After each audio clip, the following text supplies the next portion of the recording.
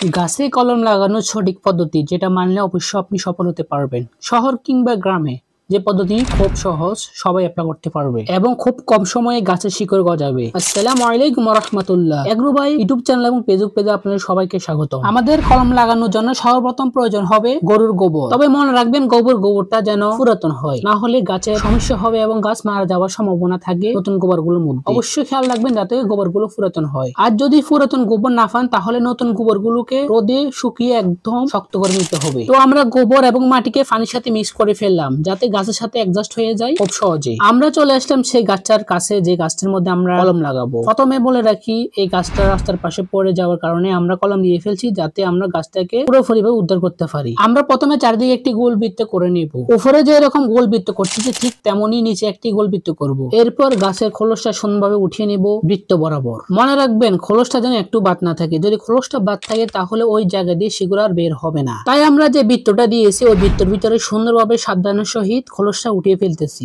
আপনারা সবাই দেখবেন যে কোনো গাছে যখন কলম লাগাবেন, যখন খোলসটা উঠিয়ে ফেলবেন তখন দেখবেন গাছের উপরে পিচ্ছিল অংশ থাকে। ওই পিচ্ছিল অংশটাকে আপনারা ভালোভাবে ঘষে নেবেন যাতে পিচ্ছিল অংশটা কোনোভাবে না থাকে, না হলে কিন্তু শিকড় কোনোভাবে গজাবে না। তাই আমরা পিচ্ছিল অংশটাকে ভালোভাবে ঘষিয়ে নিলাম। এখন হচ্ছে গোবর লাগানোর সময়। অবশ্যই মাথায় রাখবেন গোবরের সাথে মাটি এবং পানি যেন অবশ্যই থাকে, তাহলে গোবরটা একদম গাছের সাথে সুন্দরভাবে অ্যাডজাস্ট হয়ে যাবে। আমরা গাছের যে অংশটার খোলস উঠালাম ওই অংশটার মধ্যে আমরা গোবর লাগিয়ে দিলাম ভালোভাবে যাতে সুন্দরভাবে শিকড় গজিয়ে যায়। আপনারা ভিডিওর মধ্যে একদম স্পষ্টভাবে দেখতে পাচ্ছেন যে আমি যে গোবর এবং মাটিগুলো লাগাচ্ছি ওই মাটিগুলো কিন্তু একটু পরে যাচ্ছে না, তার মানে এটা গাছের সাথে একদম সুন্দরভাবে অ্যাডজাস্ট হয়ে যাচ্ছে। যে জায়গার মধ্যে আমরা খোলস উঠালাম ওই জায়গার মধ্যে যদি কোনোভাবে গোবর অথবা মাটি না পড়ে তাহলে মনে রাখবেন সেই জায়গার মধ্যে শিকড় উঠবে না, অর্থাৎ সেদিকে একটু ভালোভাবে আমাদেরকে খেয়াল রাখতে হবে। আমরা গাছের সাথে মাটি এবং গোবর লাগিয়ে দিলাম। এরপর লাগবে আমাদের একটি পলিথিন। মনে রাখবেন পলিথিন যেন ছেঁড়া অথবা ফাটা না হয়, তাহলে জলীয় বাষ্প ভিতরে আর বন্ধ থাকবে না এবং গাছটার ভিতরে শিকড় আর গজাবে না। তাই পলিথিনটা একটু ভালো নেবেন। আমরা গাছের সাথে পলিথিনটাকে ভালোভাবে অ্যাডজাস্ট করে নিচ্ছি। এরপর লাগবে আমাদের দুইটা রশি। উপরে এবং নিচে সুন্দরভাবে আমরা রশি দিয়ে বেঁধে দিব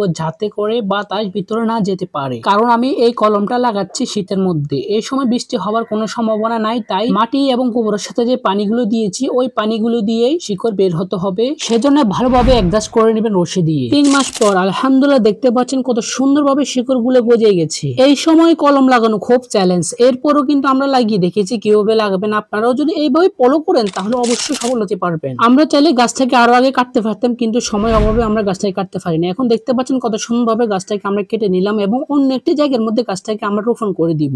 আপনাদের যে কোনো প্রয়োজনীয় পণ্য কিনতে ভিজিট করুন এগ্রো ভাই অনলাইন বাজার ফেসবুক পেজ। 50% ডিসকাউন্টে সবগুলো পণ্য খুব সহজে কিনতে পারবেন।